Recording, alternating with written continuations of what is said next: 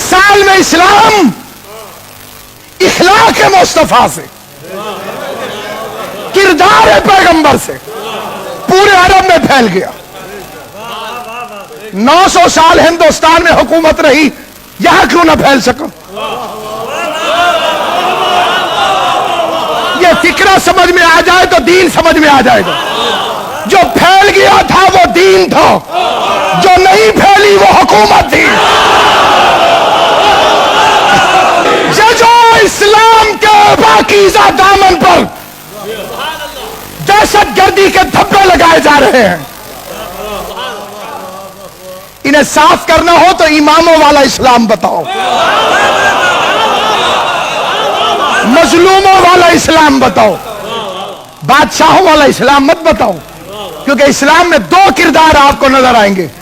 ایک وہ کہ جو اسلام پہ وقت پڑے تو آگے آگے کھڑے ہو جاتے، اور ایک وہ کہ جب ان پر وقت پڑے تو اسلام کو آگے کھڑا کر دیتے۔ خدا کی قسم ان 2 فکروں میں پوری تاریخ ہے۔ آل محمد اس لیے لہو لہان ہیں کہ انہوں نے اسلام پہ ہونے والے وار اپنے آپ پر روکے، اور اسلام اس لیے لہو لہان ہے کہ بادشاہ اسلام کے پیچھے چھپ گئے۔ بادشاہ چھپ گئے اسلام کے پیچھے، اور انہوں نے اپنے آپ پر ہونے والے وار، اپنے بد کردار اسلام کے نیچے چھپانے کی کوشش کی۔ اسلام ایک مذہب ہے جس کا مطلب ہے امن، جس کا مطلب ہے سلامتی۔ یہ پیغمبر کا دین ہے، یہ مصطفیٰ کا دین ہے، رحمت للعالمین کا دین ہے۔ یہ اس نبی کا دین ہے جو مفتوحہ شہر میں سفید پرچم لے کر داخل ہوا۔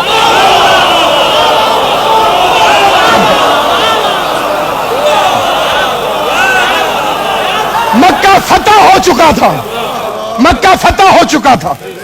وہ وہاں پر اپنے چچا زاد بھائی کے قاتل کو نہیں ڈھونڈ رہا تھا، اس کی نگاہیں جگر چبانے والی کو تلاش نہیں کر رہی تھی۔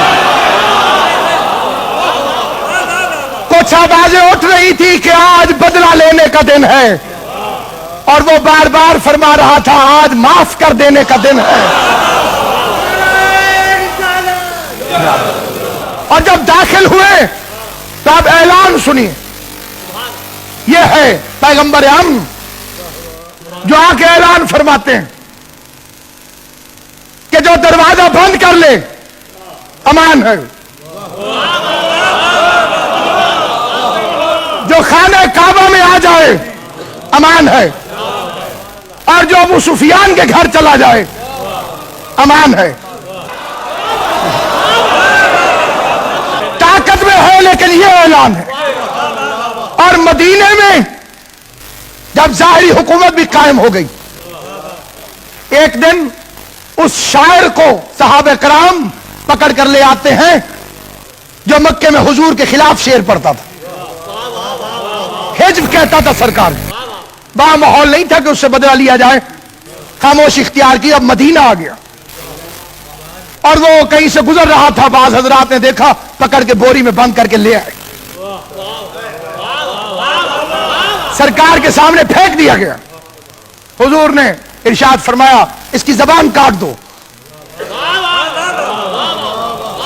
تاریخ لرز گئی۔ مکے میں جو پتھر مارنے والوں کو دعائیں دیتا تھا، جو کوڑا پھینکنے والی کی عیادت کرتا تھا، اسے مدینے میں آگے کیا ہو گیا؟ تاریخ لرز رہی تھی۔ جب بعض صحابہ کرام نے آ کے عرض کی یا رسول اللہ صلی اللہ علیہ وآلہ وسلم میں اس کی زبان کاٹ دوں، کہا تم نہیں جاؤ، علی تم اس کی زبان کاٹ دو۔ مولا علی نے اس کی بوری کو ہاتھ میں پکڑا اور ایک مرتبہ شیر خدا اٹھا کے چلا۔ شہر سے باہر نکلے تو کمبر کو آواز دی میرا اونٹ لے کر آ۔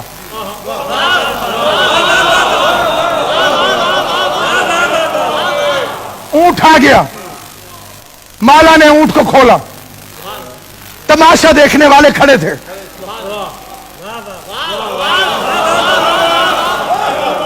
بھی زبان کٹے گی. علی نے اونٹ کھول دیا اپنا, پھر شاعر کو کھولا, پھر 2000 درہم نکالے,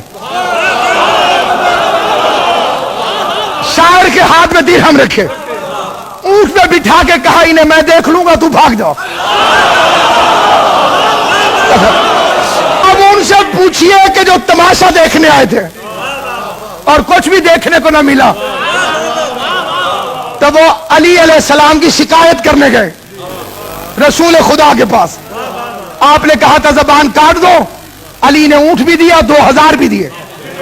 پیغمبر کے چہرے پہ غضب کی بجائے جیسی مسکراہٹ پہلے تھی اسی طرح کی مسکراہٹ باقی رہی. ایک فکرہ کہہ کے اندر تشریف لے گئے, علی میری بات کو سمجھ گئے.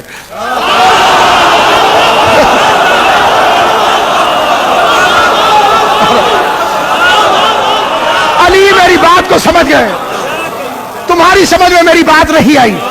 لوگ پریشانی کے عالم, پیغمبر کے چہرے پہ جیسا تبسم تھا ویسا تبسم رہا. مسکرا کے فرمایا علی میری بات سمجھ گئے, تم میری بات نہیں سمجھے.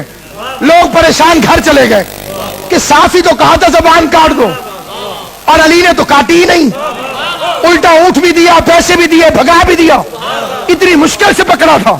اور پیغمبر فرماتے علی سمجھے تم نہیں سمجھے. صبح ہوئی تو فجر کی نماز سے فراغت ہو رہی تھی, دیکھا رات والا بندھا ہوا شاعر وضو کر رہا ہے.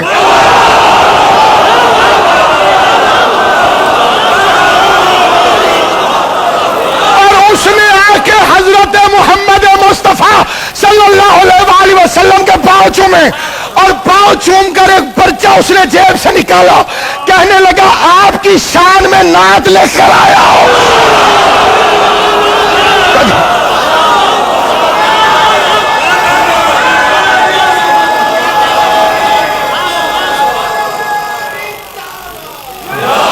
علی نے گستاخ رسول کی زبان کو کاٹ دیا, مدحت رسالت والی زبان کو جاری کر دیا.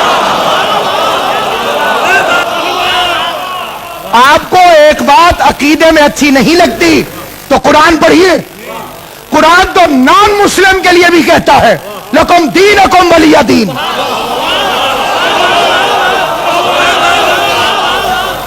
تمہارا دین تمہارے لیے, ہمارا دین ہمارے لیے.